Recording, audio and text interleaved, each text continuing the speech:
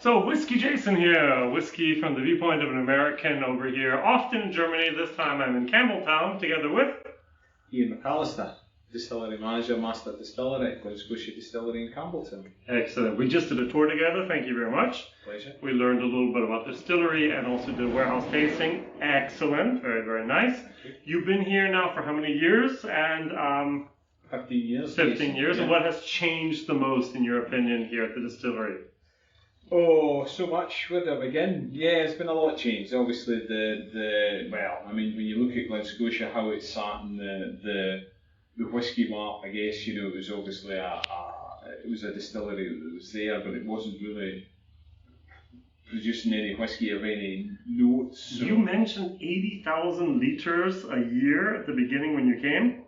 It actually dipped a tiny little bit in the first couple of years, and then it finally went up. Where are you at now? Yeah, absolutely. Well, obviously, the first few years I had a negative impact. Don't worry. Your quality takes a little bit of time and money sometimes. Absolutely. So yeah, it obviously we started off with 8,000 litres with 3 guys, and we obviously we're 5 guys now. We're 540,000 litres, but yeah, we're going to push beyond that. So it's good. Mm-hmm. What I also didn't know is I thought the Glen Scotia 15 has been there forever, but it hasn't. No. When did it enter the market? 2014. Together with Victoriana? Victoriana and double cask. The double cask, exactly. That was the first 3. Then later came the 18-year-old. Got to think, and then obviously the 25-year-old after. Which won the best whiskey in the world? Which won the best whiskey?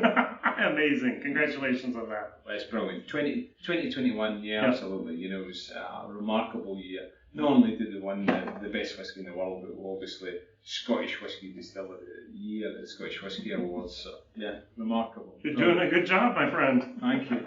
Now, talking about a good job, what do we have here in your hands? So, yeah, absolutely. So this is basically the Glen Scotia Festival release. 2021, Jason. So, this is the one, 8-year-old. Is it 2021 or 2022? 2022. Excuse me. COVID changed our perspective of time. It did, so my apologies. So, 8-year-old, what is it? So, basically what we've got there is a 2013, okay?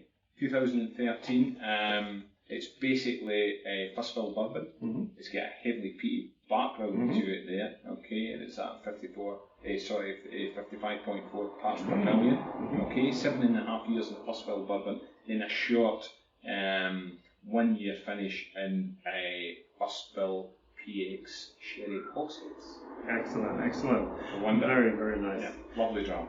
Now, I was at the distillery, so you're now doing tours again. Congratulations. You have different products here on the market and so on from Glen Scotia.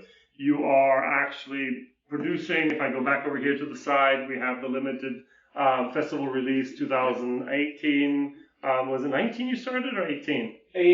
Yeah, when I started. Yeah, with the Campbelltown Malt Festivals. Oh, well, you've been doing it for quite a while now.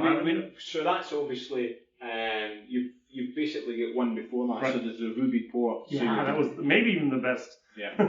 Excellent. Very, very good. Yeah, that's quite a while. So these are fabulous. Are they available worldwide now, or will that be a rollout over many, many months? I think it's coming. I think it's always a gradual process. Right. So you get that one worldwide, and you'll get the Distillery Festival bourbon, which will be a single cask. Oh, okay. We'll have to look out for that as well. Very, very good. So we can come here. We can visit the distillery. You will maybe be doing some fairs in the future as well with a booth and so on.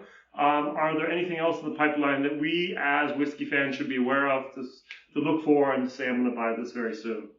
I think really, as far as Glen Scotia's concerned, there seems to be an appetite for anything that's new. Anything Campbelltown.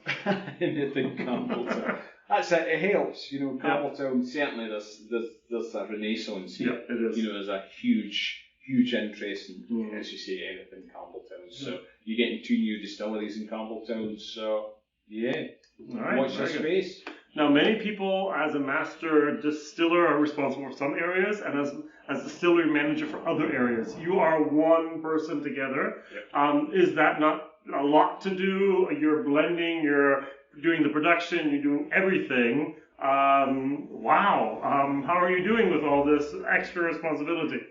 I mean, it's always been like that Yeah. for me, so I don't know any different. You know, from day one, it's pretty much been full on for me. So, absolutely, I've got a great team here who obviously do a wonderful job. They support me.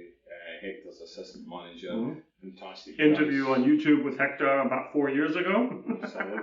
So, you know, all these Hannahs and the visitors, the centre who you met, Cheryl, David, Sean, you know that Archie, they're all fantastic guys who do a brilliant job, and as I say, without them, there'd be no distillery. So I've got easy that case. Okay. Great team equals great product equals buy it now, right? Absolutely. That's it. All right, Whiskey Jason, thank you very much for watching. Thank you very much for also being part of this journey here over in Scotland. And thank you very much for your time and for the wonderful, wonderful tasting and tour together. All the best. Bye-bye. Thank you.